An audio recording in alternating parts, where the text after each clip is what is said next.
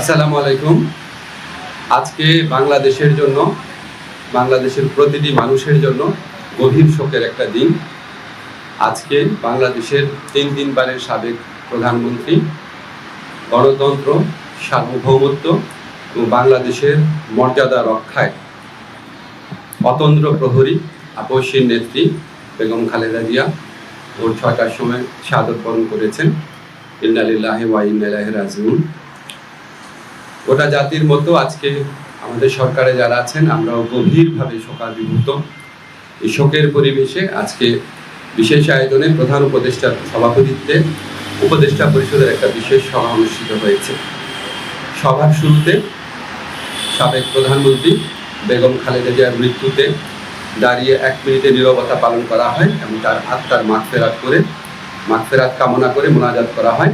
মোনাজাত পরিচালনা করেন আমাদের ধর্মমন্ত্রী। সবাই বেগম জিয়ার মৃত্যুতে আগামীকাল থেকে 3 দিনের জন্য রাষ্ট্রীয় শোক প্রস্তাব গৃহীত হয়েছে এবং আগামীকাল সাধারণ ছুটির ঘোষণার সিদ্ধান্ত হয়েছে।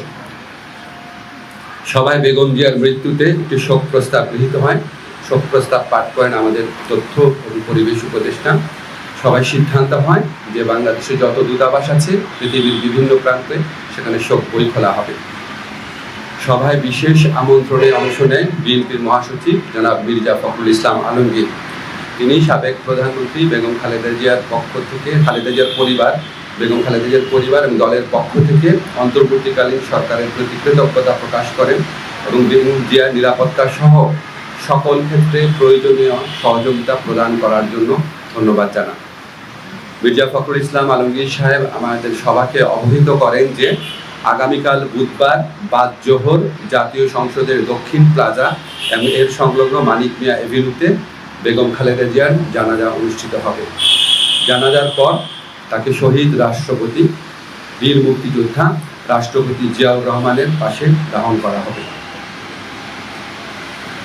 ওনার দাফন করা হবে শহীদ রাষ্ট্রপতি জিয়াউর রহমানের পাশে। আজকে সবাই বেগম জিয়ার দাফন এবং জানাজা সম্পর্কিত বিষয়ে সরকার সব ধরনের সহযোগিতা প্রদান করবে বলে জানিয়েছেন মাননীয় প্রধান উপদেষ্টা।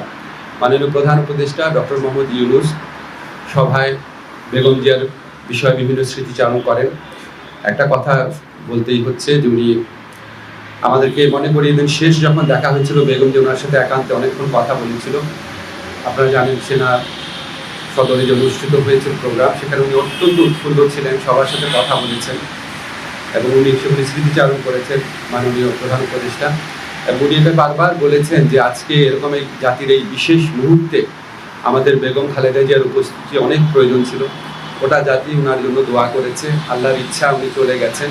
কিন্তু বাংলাদেশের ইতিহাসে, বাংলাদেশের প্রতিটি মানুষের হৃদয়ে, বাংলাদেশের প্রতিটি আত্মমর্যাদাশীল গণতন্ত্রকামী দেশপ্রেমিক মানুষের হৃদয়ে ওনার অবস্থান অক্ষয় অবিনশ্বর হয়ে থাকবে। আমি ব্যক্তিগতভাবে মনে করি বাংলাদেশের ইতিহাসে এত শ্রদ্ধা, এত সম্মান, এত ভালোবাসা নিয়ে এরকম একজন নেত্রী চলে যাওয়া, এটা একটা বিশেষ মুহূর্ত এবং আমরা বাংলাদেশের প্রতিটা মানুষ এই শোকে একত্রিত হয়েছি। একত্রে আমরা আগামীকাল শোক দিবস পালন করব, এরপরে 2 দিন শোক দিবস পালন করব।